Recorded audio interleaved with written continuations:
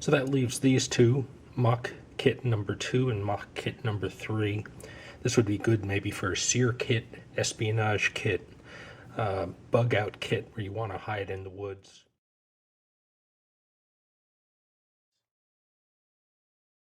Such that you can wear this as a belt pack.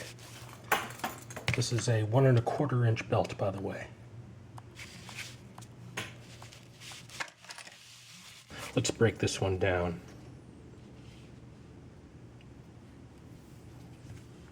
So this uses the antithetic lock. You pull here. That gives you enough slack to pull this one out. And once that one is out,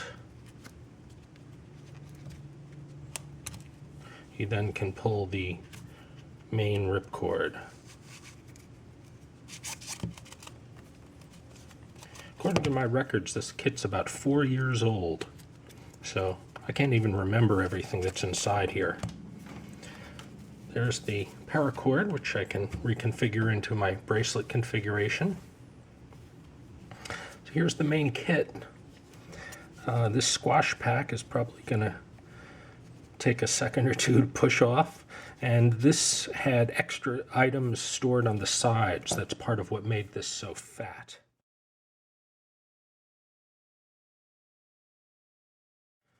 Let's see how easily, oh, it comes out pretty easily.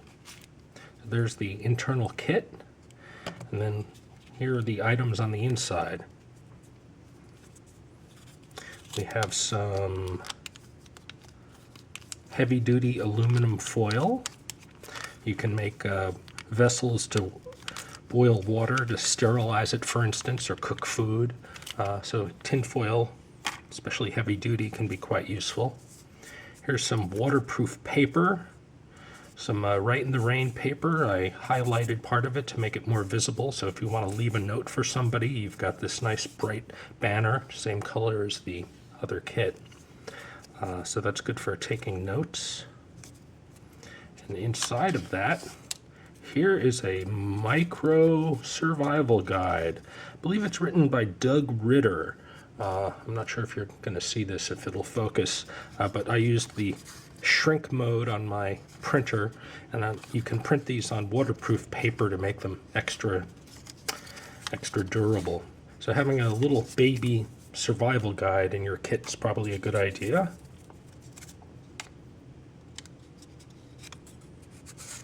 Here is a signaling mirror. I marked an X on the back, so if you need to drill a hole, which you can do with an awl or a knife, it makes it a little easier for signaling to look through that hole. And this paper is taped together with a little bit of clear tape right there. So that's that side of the squash pack. And then over here is my waterproof bag. This is a heavy-duty oven roaster bag, so you can even put boiling water in it. And there's people on the web that show you can boil water over a fire, ideally hot coals and no flame, by holding a bag full of water over a campfire supported by a tripod, 3 legs, 3 sticks that you hold over the fire. Here's the squash pack. Again, this was made during the time when I thought it was a good idea to make them 2-sided, so you could, like a hunter's vest, switch between high visibility mode and invisibility mode, although that means you can't put a lot of duct tape on these, so I now prefer just using a thicker design with one color. So here's the kit. Let's try to zoom in a little bit.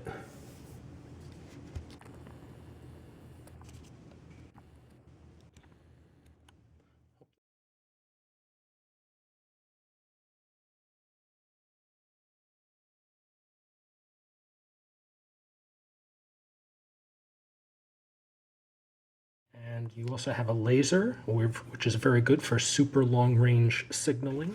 And then this also has a light.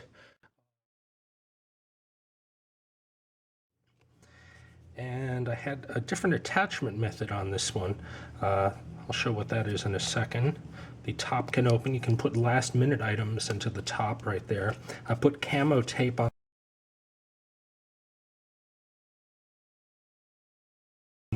sides.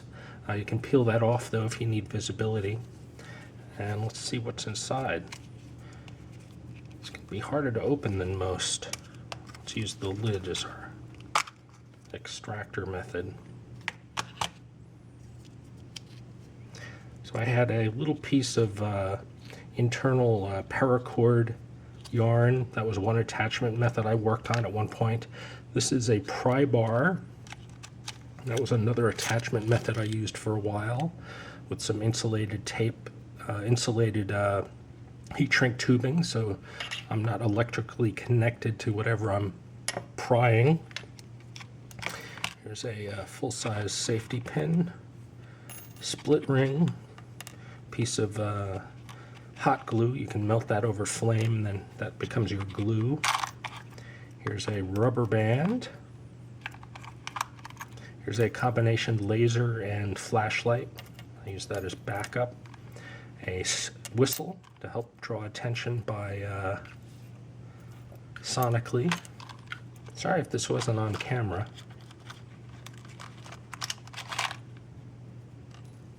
There's a pin. Here's a micro razor blade. It's basically a razor blade that I broke in two and then re-put it back into its mounting method. Saves just a little bit of space, probably not really worth it, but if you need to have the smallest possible razor blade, that's it. This is baking soda in one of my sealed straws. I have a video on how to seal straws. I didn't come up with it, but I did make a video showing how to do it. Black paper clip. Can bend that into all sorts of useful items. Here's a vial of liquid bleach to sterilize water. For instance, if you can't boil your water, you at least can filter it, say through a bandana or your t-shirt, and then add the liquid bleach, let it sit for 20 minutes to help sterilize the water. Here is my little micro, which is half of a full-size Leatherman Micro. It has 9 of the 10 tools. I have a video on how to make these. I didn't come up with it. I did, however, add some extra items to it that most people don't have, including a ferrocerium rod you can snap out. So this also can become a fire starting kit.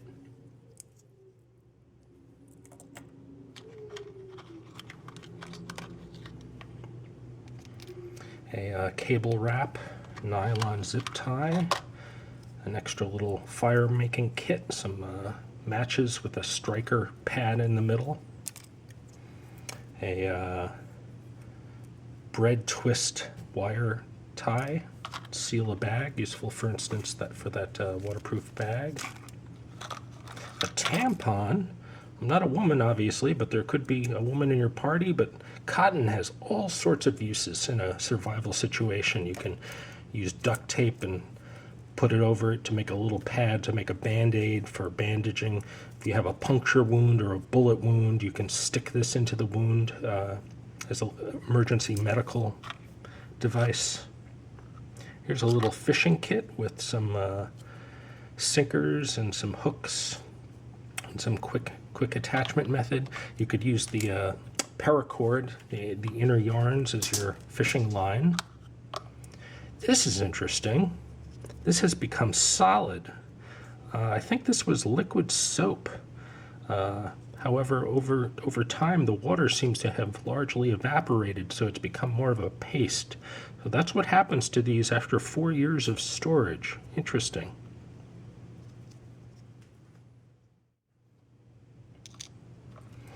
So that was mock kit number 2.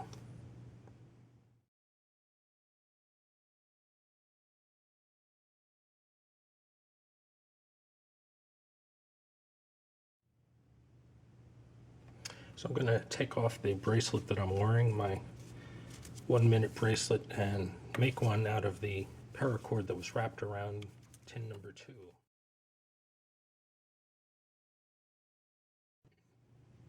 So there, I've reconfigured it into my bracelet. Takes about 1 minute. So here's the full layout of mock kit number 2, all that fit inside the Tic Tac box. Interestingly, the batteries and the laser flashlight still work, so it's both a flashlight and a laser. Lasers are very useful in long-range signaling applications, say to try and contact airplanes or ships on the horizon, and that's actually legal to do if you truly are in a survival situation. So even after 4 years, these batteries still work, which I'm impressed.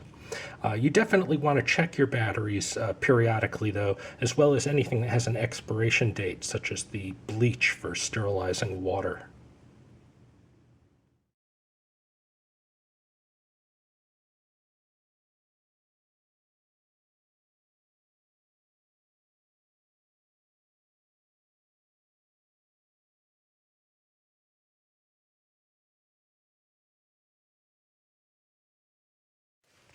For instance, I'm going to attach it to the outside of my tactical assault backpack and feeding it in bit by bit.